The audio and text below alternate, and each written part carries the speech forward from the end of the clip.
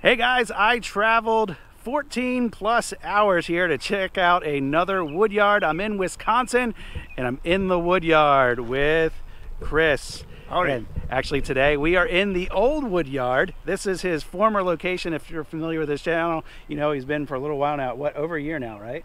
Almost 2 years at the old 2 years place. in his new location, which if I'm lucky enough and we have time, we might go see that in a little while. We're gonna go. We're gonna go.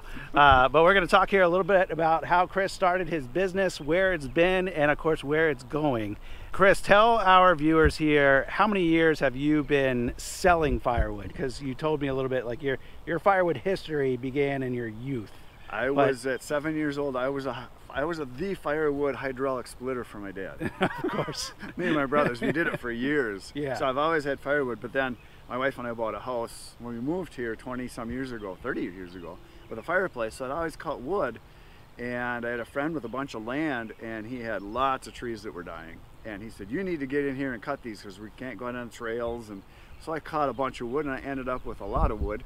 And my wife says, what in the world are you going to do with all that wood? I said, I don't know, maybe I'll try to sell some. So about 10, 12 years ago now, I put an ad on Craigslist, and within a week it was gone. And I'm like, hey, I think I could do more next year. And you know, be careful what you wish for, because I always said I would love to be able to work a little bit on firewood because it's great exercise. I like being outside. I don't have to answer the phone. I can be mad at the wood and it doesn't get mad back at me. Oh, sometimes. Most of the time. Sounds like we've both been there. Once in a while, a piece will jump on you and scar you. So it just kept growing. So every year I just kind of kept doubling, and now I do a couple hundred full cords a year, and it just got way bigger than I ever thought it would. And this was where I started because my photography business, we bought this 22 years ago. We have 4 acres here. So my photography building's over there, and we did all the photography over there. And then this half was kind of unused, and I thought, well, I can just put the wood yard here. So this was solid wood in here. If you go to my old videos. Oh yeah, I remember. This is actually cleaned up exceptionally well. I still have cleaning to do, but I just haven't been around much. But yeah, it's compared to how much wood you had sitting out here. Yeah, I had wood over to the mowed field over there. So as far as trees are, over here, wood all the way over there, all the way through here, all the way back through here, and then all the way, all along this edge, you know, probably 20, 30 feet in. This is all wood through here, stacked, and I had wood everywhere. And now I'm down to just some junk wood that I got laying here. I've been gradually cleaning up, and then that pile back there that you see, that I use actually for photography as a background. So we put that up, just kind of use as a background when I do photography. And the reason I moved, well, several reasons. Number one, the township came to me and says, yeah, you know what you're doing there? Technically, you're supposed to have hard surface, which is either gravel or blacktop, underneath any machinery or any product stored outside, because this is an industrial park. But he says, we're not really going to force it, but your neighbor mentioned it. Well, my neighbor's right over there. He bought all this land originally. He bought all of it and then kept his 11 acres. He put the road in. He ran all the laterals. So he's kind of like the godfather. And he does about $100 million in sales a year. He does electronic components, engineering. So he has a much bigger wallet than me. And he says, yeah, I really don't want you doing that there anymore. I said, oh. He says, yeah, I kind of want you gone. Because he said, it just doesn't look good because it's a wood yard. And I said, I get it. I said, what can I do? I said, I can put a fence up, trees up. He says, well, you're going to have to do what I did. He says, when I put my parking lot in, he said, I added an extra, I think he's got an extra 100 or 150 parking stalls he put in because he extended his parking lot. He said, that cost me 100 grand. He says, you're probably going to have to do that. And I'm like, yeah, 100 grand just to store some wood? Nah, I think I'll find a new spot. Yeah, got to sell a lot of wood to cover that. So I knew Bert had stopped in here. He stopped in, and he always mentioned about taking the processor out to his property, and then we could process wood and I could do videos out there. So he lives on a big farm. Him and his dad own like 1,000 acres. Lives out about 4 miles from here, and he says, I said, you know, I got to find a spot. What do you think? He says, absolutely. So he was like, so we have basically just an agreement that he gets all my cutoffs. He got all my gravel we had here. We had 8 truckloads of gravel brought in. We scooped it all up with the skid steers, haul it out there. He gets use of any of my equipment. My tractor's there for him to use, and he uses it a lot. The processor, chainsaws, anything. So he's happy, I'm happy. So if it works for both of you, then it works. Do you think this yard limited your firewood business? Yeah. So now you have more equipment, more space, More space, access for log trucks, more help. more everything. Right? Yeah, so you've been able to. It was a good move. It was a very good move. And a lot of people were skeptical at first, and I was a little bit, I hope this works out, you know. I knew Bert good enough that I thought he was a decent guy. He is, and his dad's super nice, and they help out a lot, and it's been good for everybody. So, yeah, it was a good move. And I originally told him, I said, you know, if I can be here for a couple of years, and then maybe I'll buy some property or something, we'll move. He says, well, we'll see, whatever. He wasn't worried about it, and so everything's going good. So your last winter here in this yard, because it's not that big, and it's what, maybe you were using an acre? Maybe an acre, a little less, yeah. And so how much wood do you think an acre was able to produce and sell? Well, that's the one thing that I do different now at the new wood yard versus what I did here. Here, I stacked to save space. Right. Stacking saves space. I remember.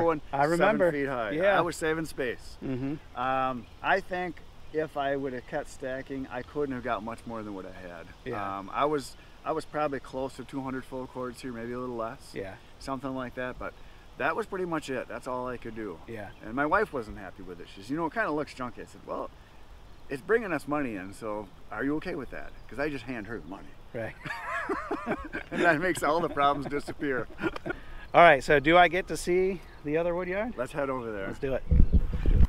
So here we are in the wood yard, the new wood yard, and I didn't mention this before, but some of my viewers maybe aren't familiar with Chris's channel. It's called In the Wood Yard, and it's a dedicated firewood channel. They've got a few videos on some other topics, but largely it's you and your firewood business and its evolution, which we're going to talk a little bit more about here. And this much larger space, more equipment. There's only like 1,000 acres to use. I don't need that.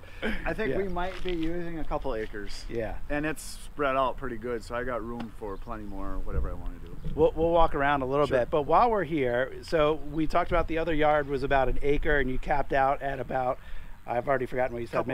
Couple hundred face cords. Full cords, yeah. And that was because I was stacking to save space. Yeah, and that time you were wasting stacking, you weren't producing, but you didn't have anywhere to put it anyway. Right. Yeah. And I knew how much I had, and it looked nice. Nice herb, but not great. But. Yeah. So now in this yard, you're doing how many hundreds of? Well, right now, I would guess maybe 250 full cords we have on hand. Yeah. And I'm probably going to be buying another 2 or 3 truckloads real soon because I want to build up inventory, because last winter, because we had such a mild winter, I did not sell as much wood. So our sales were down, and I've talked to a lot of other firewood people, and everybody says the same thing. Sales were down about 30%. Wow. Unless you're brand new or your business is taking off. But guys that have been around a long time, they said, yes, sales were down. Mild winter, people didn't burn as much wood. Poor economy. The economy, that's number 2. What was number 3? There was 3 reasons. Oh, dead ash trees everywhere here. Yeah. There's dead trees everywhere. So everybody's got free Everyone's wood. Got wood. So those are the 3 reasons. Yeah. And that'll end. Deer out in the corn? No, those are sandhill cranes. What? Sandhill cranes. Never heard of them. They're like whooping cranes. Yeah. They're like about this tall. Okay. They're supposed to taste just like ribeye steak. Right. So seriously, they hunt them down south. We can't hunt them here. But yeah, there's deer out in the field all the time too. Yeah. All right. Sorry. ADD. I'm like, oh, there's a deer. So let me ask you. So we've talked a little bit about space. How much does equipment play into your ability to produce more? Well, huge. By having bigger, better equipment, we can produce wood faster. See, on my old wood yard, people comment on the channel all the time like, I really like it when you cut wood in piles, or I really like it when you split wood. Well, because we have this thing, I can do a semi-load of wood in a day. Wow. So it goes pretty quick. So I have to have other things to do on the channel, because if you want a video every day, you can't just cut firewood all the time. I enjoy cutting with a saw. I enjoy splitting wood. We do resplits on some. This right here is boiler wood. This is going to someone that wants bigger stuff. And I've taken her 4 loads so far, and there's going to be at least 4 or 6 more. So this is just, we'll run it right on the ground, scoop it up in the bucket, and then haul it away. Or I'll just run it right into the trailer and deliver it. So I never touch it, which is awesome. Never touching it. Because when you touch your wood, you lose money. Yeah. Every time you touch it, you lose your money. I have definitely realized how much time is spent. I mean, going from kind of a hobbyist side hustle to a part-time business, you know, my definition, now we rely on that revenue. It's a business. Oh yeah. And so it's not a side hustle anymore. And constantly looking for opportunities to be more efficient and not stacking, not stacking, not less cutting. touching. Yeah, less touching overall is definitely the direction that I am going in. And last year I did one of your bunkers, which can we go? Yep. You call them a bunker? Bins. Bins. In the beginning I didn't know what to call them because people were like, you should call them bunkers, you should call them bins. Yeah. Originally I called it the pig pens. I don't know. Whatever you call it. But yeah, it's they're pallets built to hold a bunch of wood. Yeah. That's what they are. Yeah. And, so it works great. So I made one bunker, and then I'm still stacking a little bit because you mentioned it looks nice. I do like the way a nice stack of wood looks. Great, and you feel like you accomplished something. You feel like a man when you get it stacked. Look what I did. But now it's just a little different. So this one you should be able to see the bottom, that there is pallets on the bottom. There's some. So we just make a wall of pallets. You're wiring them together. Yeah, and you put your pallets on top, on the outside, on top, so it's not on the ground because they'll last longer that way. Makes sense. And I just wire the corners, and we wire across the middle, so when the wood goes in, it just pulls out, and that's it. Okay. So, and they don't have to be anything special. All it's got to do is keep the wood off the ground. Right. This one over here is the newest one. This oak right here. This we just built this. This right here has, I would guess. I'm just guessing here. It's probably got full cords. There might be 14, 15 full cords in here. But right here is the wire I use. It's about 20 bucks a roll. It's a quarter mile. It's a quarter mile of 17 gauge. We just keep this out here, and I've gone through, I think, 3 rolls in all the bins. This is my 4th roll, I think. At 20 bucks a roll, that's cheap. Yeah, that is way cheap. So I was just screwing them together, and I can tell you that does not work with the weight of the wood. It does not hold together. This one busted out here, but I hit it with the tractor, and it busted the bottom one. But the wood is off the ground. Yeah, it's in the bin or bunker. This is all red oak, just processed. Most of that is already all dry. So the number one question I get from people that stack wood is like, does it really dry in the bins? Better than stacked. Because when you stack wood, it's like this, this, You've this, got surfaces in contact with especially another, if you're going, no airflow. especially if you're going 4, 5, 6 rows, it's all packed in tight. Yeah. This stuff is all loose. It's off the ground. The wind flows through it. We get wind and sun here all the time, except for if it rains. And that's the question people have. Well, what happens if it rains? I've dug into the piles after we got a couple inches of rain. The water sheds down the sides if you've got it peaked like we do. And what happens is I've dug into the piles. The water never goes more than about a foot, foot and a half at the most. And it's dry underneath. And just like your sidewalks after a rain dry, so does the wood. Because this wood is dry, it's not sucking wood into it. The cells are closed, so it's not sucking in additional moisture. They dry fantastic. So that's oak. This is cherry over here. And sometimes we leave them open so we can get in there. That one over here, I think this is hard maple over here. And that real big bin way over there. That is all hard maple. This here, I think this is beech right here. And then from about here down is hickory. From right here down is hickory. This here is all oak. This is red and white oak. Have you always separated species like this? Yes, because I have people, and I affectionately call them wood snobs. And the reason I do that is my brother Kenny came up with that term, because there are people that think the only kind of wood is the kind of wood they burn. Right. Whether it's oak or hickory or hard maple or cherry. It's like, well, I want firewood. Like, what kind do you want? Well, oak. What else is there? Right. And they just, I don't think they know that. I think it's because maybe their grandpa, their dad, and their great-great-grandpa, they all burned oak. Yeah. Because that's what they had available. I've seen at times where you sell a truckload and maybe the customer didn't care, and you're like, I'm grabbing a little bit of oak and I'm grabbing a little bit of maple and selling a mixed hardwood load. A lot of times I'll do that, and I'll ask them second time and go back, what did you like best? What burnt best? What did you think? What do you want this time? Right. A lot of people are like, hey, just surprise me. Yeah. But then there are people that like, well, I want half oak, I want half cherry because I smoke with it. Okay. And they want for the flavor. There's some people that will say, I'll take anything that burns as long as it's not pine.